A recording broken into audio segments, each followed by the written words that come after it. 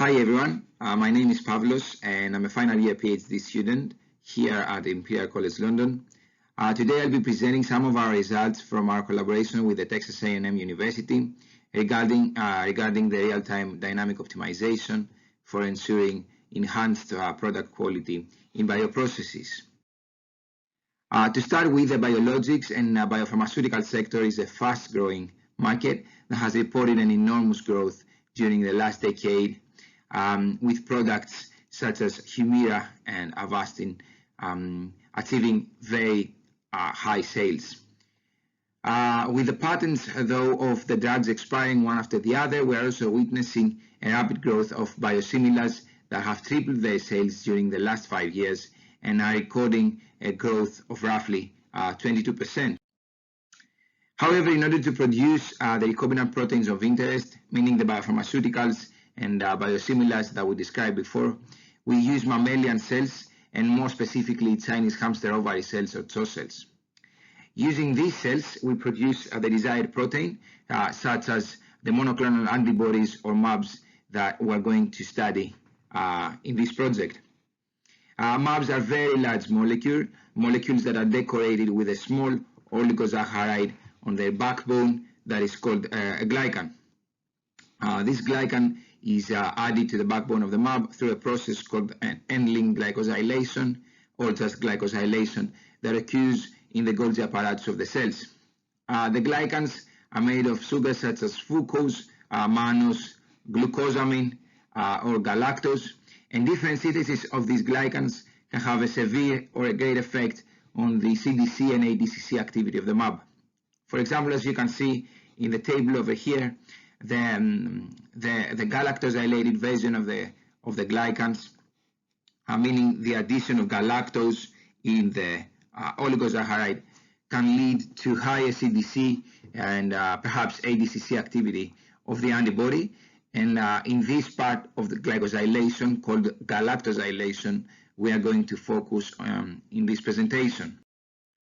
Now, before we move to the modeling part of the presentation, let's talk about CHO cells and MABs more specifically. In general, biopharmaceuticals is a very rapid growing sector with more than 110 approvals between 2015 and 2018, almost twice compared to the previously examined period of 2010 and 2014. And more specifically, 53% of these drugs are monoclonal antibodies. And more than 80% of these MABs is actually produced on CHO cells that, as you can see, are the main host and the main host cell line and the workhorses for recombinant protein production. But why are we using CHO?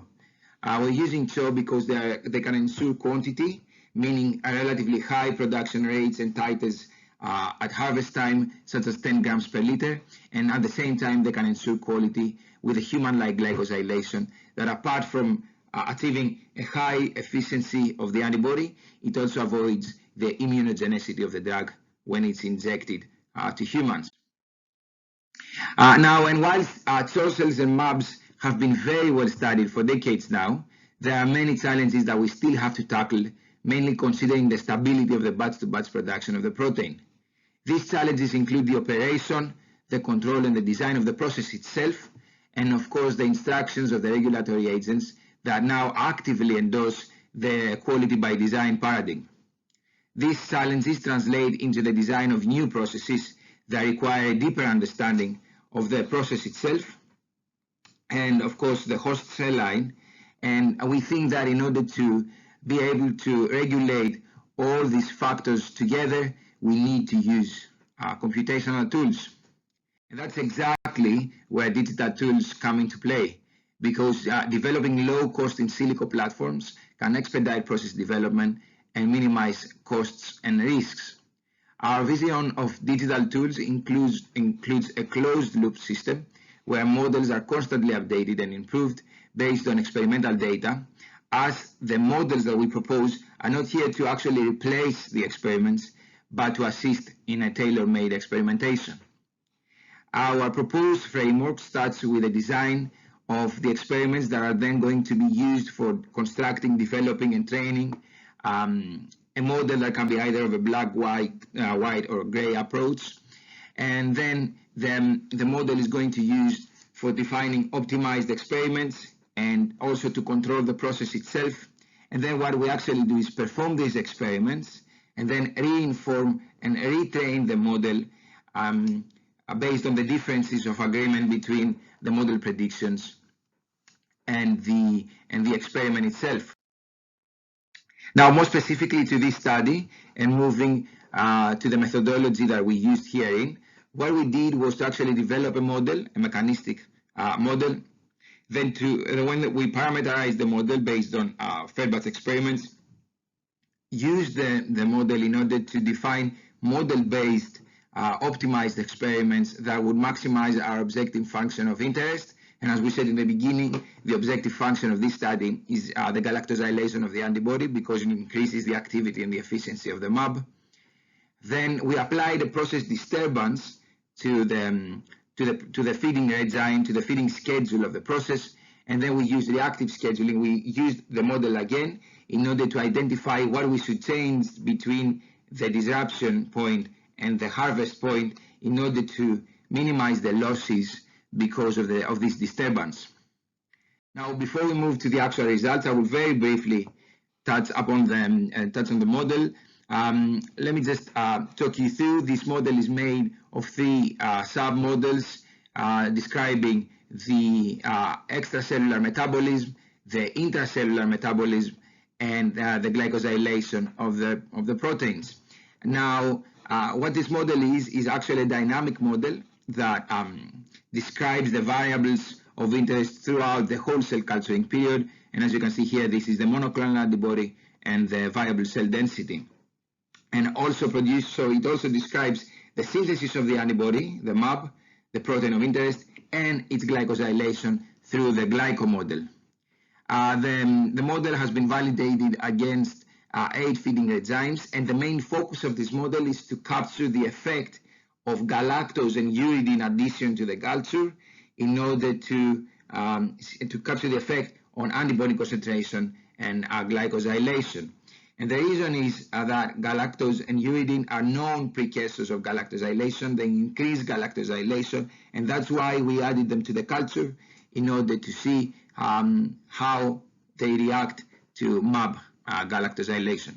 However, it is important to note that both galactose and uridine usually lead to reduced antibody concentration and variable cell density, and that's the point over here, to find the sweet spot of the concentration that we need to add in order to not have a very negative effect on the concentration of the protein. We have also developed a machine learning and hybrid approach of the model that I'm happy to discuss if you want offline or in the Q&A. Now, a small modification that we performed, that we made compared to the published version of the model, is that we replaced the PFR, the plug and flow reactor of the glycosylation model, because the simulation time of the model, including the PFR reactor and the partial differential equations that this reactor comes with, is around 1.5 minutes. And this simulation time is quite high for dynamic optimization. So what we actually did is we replaced the PFR reactor with 4 well-mixed reactors, or CSTRs, in order to resemble the 4 compartments of the Golgi, where glycosylation, as we said, takes place. So what we achieved is, apart from reducing the simulation time to 1 second, we also kept the biological relevance by using 4 reactors to resemble the four compartments of the Golgi. And this was very important to speed up the dynamic optimization of the project. And then, of course, we had to re-estimate some enzyme concentrations as we changed the model, but we did that in the training experiments that we initially used. Now, after we performed this modification and moving to the results, what we have previously discovered is that the addition of uridine on days 4 and 6 of the culture has a great positive effect on the galactosylation index, which, as we said, is a desired quality attribute, but also negatively affects the MAB concentration. Just to remind and note that what we're actually doing is we are adding galactose and uridine on days 4, 6, 8, and 10. And this graph shows the effect of these metabolites and the respective day feedings on GI, on the galactosylation index, and the MAB.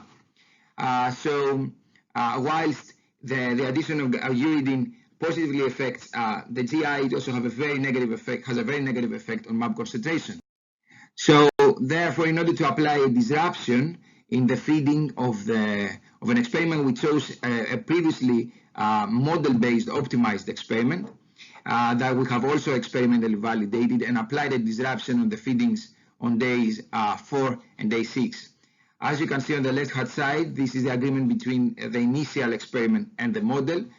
So it's experimentally validated, the model performance. And on the right-hand side, you previously saw the concentrations on day 4, 6, 8, and 10. And now you can see the scenario where there is no feeding on days 4 and day 6. And this will result in a reduction of galactosylation index between the previous experiment, the optimized experiment, and the scenario where we don't feed on days 4 and day 6 and we do absolutely nothing in order to recover the losses.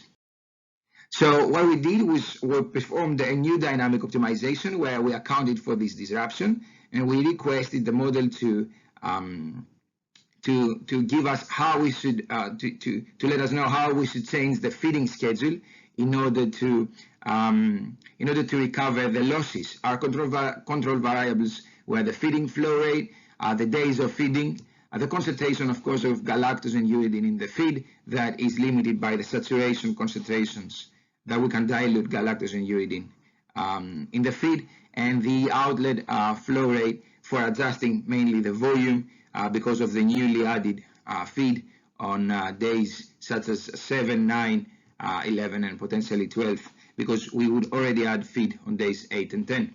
Now, the objective function was, of course, to maximize the galactosylation index and minimize the effect of this disruption, and the constraints were about the volume of the culture to remain reasonably close to the initial one, and of course the galactosylation index that we wanted it to be more than a lower threshold, an acceptable lower threshold. The results, so the initial experiment is the optimization experiment with the gray bars, and now the re-optimization experiment is the result of the reactive scheduling. And as you can see, what the model dictates is to massively increase the concentration of galactose and to decrease the added concentration of uridine. And actually what we observe is that we need to feed on day 7, 8, 9, and 10 instead of only 8 and 10. And only on day 9 should we include uridine in the feed. And now, in order to compensate for this extra feed, we need to increase the outlet, the sampling volumes, in order to retain a reasonable volume of the cell culture. And what this resulted to was to almost a complete recovery of the galactosylation index. As you can see, this is our initial experiment, and this is the reactive scheduling result, the optimization result. As you can see, the two experiments are quite close, not completely, but at harvest time, 12 days, 288 hours, we have almost a very good recovery of the GI. And most importantly, what we observed, and it was very interesting, is that the viable cell density of the re-optimized experiment at harvest time was much higher than the actual optimization experiment, and the same thing stands for the monoclonal antibody. So the orange dots are the optimization experiment, and the yellow dots are the re-optimization experiment. And that makes sense, right? Because as we said, uridine and galactose, but mainly uridine, has a negative effect to MAB and viable cell density when added on days 4 and day 6. And now we skip that just because of the disruption, and we managed to get reasonably close to the original GI, but at the same time a high viable cell density and antibody concentration that can be proven very helpful on the downstream processes. So the achievements were the recovery of the GI, the galactosylation index, and improved viable cell density and antibody concentration at harvest. And this brings me to the conclusions and the future targets of this presentation. Just to recap, what we did was applied an interruption on the feeding schedule that should have a severe quality effect on the quality of the product. Then we used the model to perform a reactive scheduling and find out what we need to do in order to recover the GI. And this led to an almost complete recovery of the GI and an improved viable cell density and antibody concentration.